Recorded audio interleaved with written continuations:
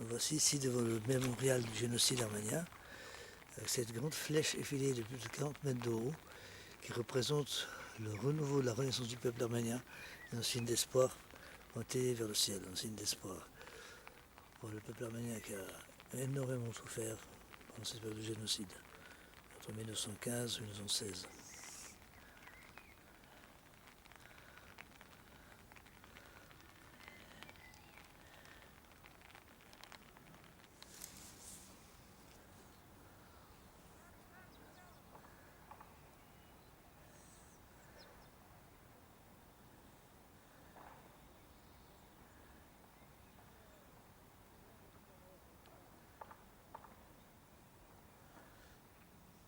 J'ai une forme cubique,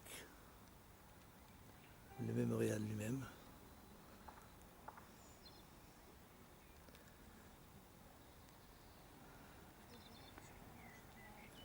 Le mur représente la mémoire de toutes les victimes du génocide, entre autres.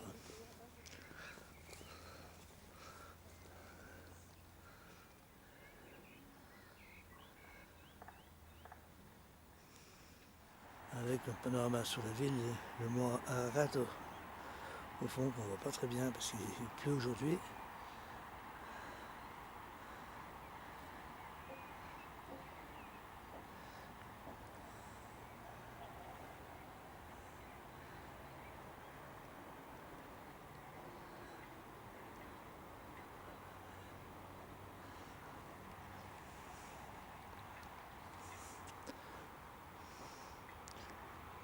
Le mémorial est sur une colline qui surplombe la ville.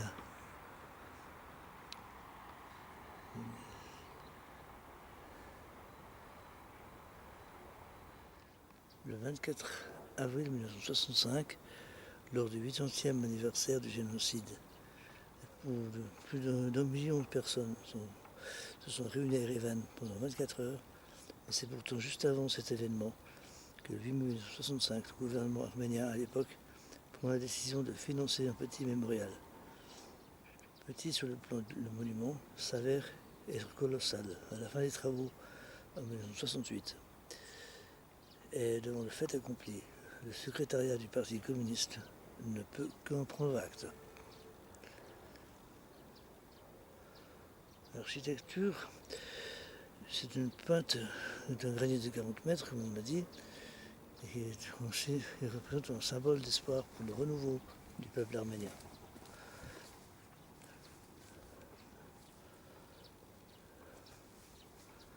Le long de l'allée monte à la stèle et à la pointe, le mur long de 100 mètres porte les inscriptions des principaux villages arméniens